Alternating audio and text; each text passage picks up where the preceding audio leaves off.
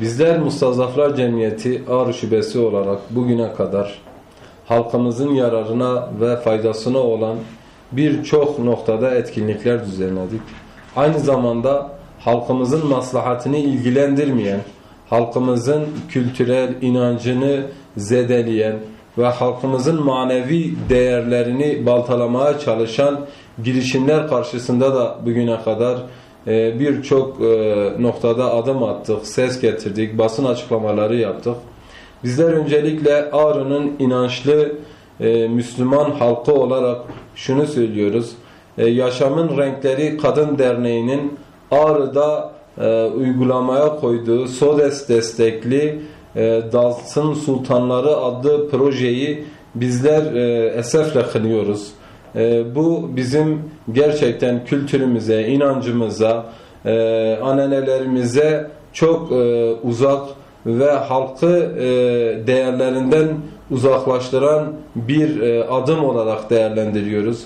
Çünkü Ağrı'nın kadını iffetlidir, Ağrı'nın kadını namusludur, Ağrı'nın kadını hayalıdır. Ağrı'nın insanı inançlarına ve değerlerine, kültürüne bağlı bir halktır.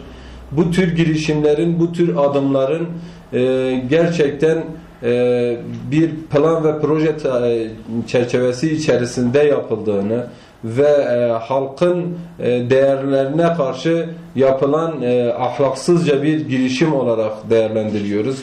Çünkü halkımızın bu tür projelerden daha çok sosyal alanda, ekonomik alanda gelişmesi gereken, kültürel alanda gelişmesi gereken inanç ritüellerinin daha kuvvetli olması gerektiği kanısındayız.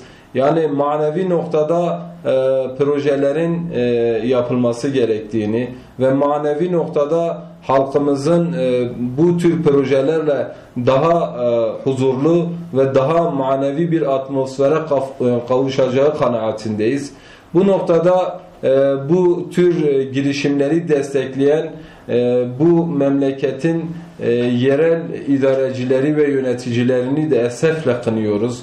Gerçekten bugüne kadar Ağrı'nın gençlerine yönelik, Ağrı'nın maneviyatı için hiçbir girişim yapmamışlar. Manevi hiçbir etkinlik düzenlememişler.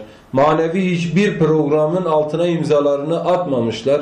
Ama maalesef yani hem ülkemizin hem memleketimizin hem inancımıza ters olan bu tür girişimleri bu memlekete getirmek için birbirleriyle yarış halindedirler. Bu noktada bu tür girişimlere destek veren sivil toplum kuruluşları, siyasi parti öncülerini, kanaat önderleri diye gözüken insanların hepsini bizler bu noktada ses getirmelerini, bu noktada tepkilerini dile getirmelerini, bu noktada yani toplumsal tepkiyi arttırmaları için girişimler yapmalarını bekliyoruz. Seslerini çıkarmalarını bekliyoruz. Bizler Mustazaflar Camiası olarak bugüne kadar bu tür girişimlere sessiz kalmadığımız gibi bundan sonra da inşallah bu tür girişimlere sessiz kalmayacağız ve bir an önce bu tür ahlaksız projelerin hem memleketimiz üzerinde hem halkımız üzerinde hem güzel Ağrı'mız üzerinde kalkması ve bu projenin yetkililer tarafında feshedilmesi gerektiğini biz düşünüyoruz ve bu noktada gereken tüm girişimleri camia olarak yapacağız ve takipçisi olacağız inşallah.